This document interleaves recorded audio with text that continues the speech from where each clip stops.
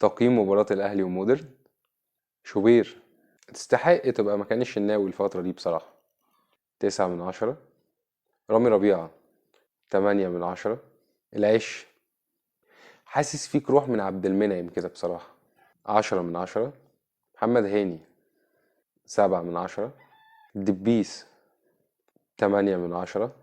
قفشة أنا شايف إن الأفضل ليك بصراحة تبدأ من الشوط التاني. 4/10. مروان عطية 9/10. السولية 9/10. حسين الشحات 8/10. إمام عاشور نجم يا ابني والله، مان اوف ذا ماتش طبعا. 10/10.